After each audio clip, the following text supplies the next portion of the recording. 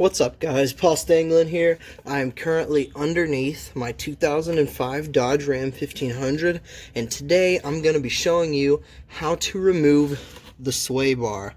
And the reason that I'm doing that is because my sway bar links that go from the sway bar, top of the sway bar, to the lower control arm right there are pretty worn out, and so is the bushing right there.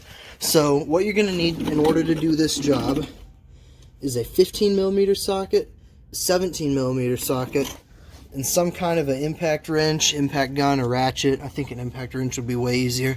And you might need deep sockets for the 17, but maybe a shallow would do it too. We'll see. Alright, so we're under the car, and the first thing that you're going to want to do is come over to this bracket, which is where the bushing is. And this is just going to be in front of your front tires, in front of your rack and pinion, and it attaches the sway bar to the frame. So there's two bolts there. They're both 15. Sun's kind of, yeah, there you go. The sun was kind of in the way. They're both 15mm bolts, and we're going to want to take off both of those. There's one. There's the other. And I would advise not to be underneath this when you do the other side, because it will fall a little bit and it could very well hit you in the head. So there's two more bolts on this side of the car. I'm at the driver's side now. So there's one. Yeah, there's one.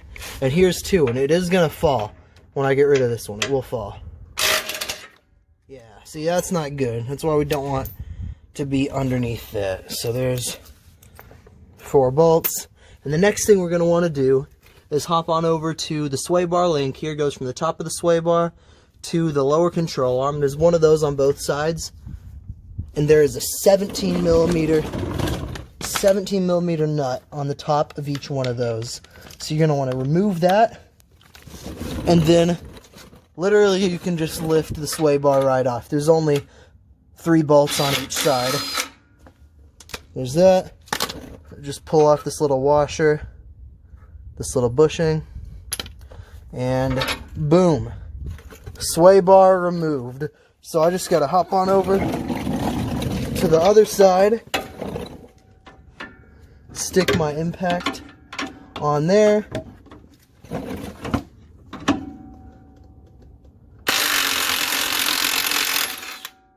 it's a lot tighter than the other one was. Remove that washer and this bushing, which is stuck.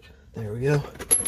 And off comes your sway bar. Anyway, I hope that helped. It only takes like 3 or 4 minutes to get this thing off. It's really not that hard of a thing to do. And as you can see, I've got my sway bar on the ground next to me now. And so the next thing that I'm going to be doing is removing the bushings right there and right there.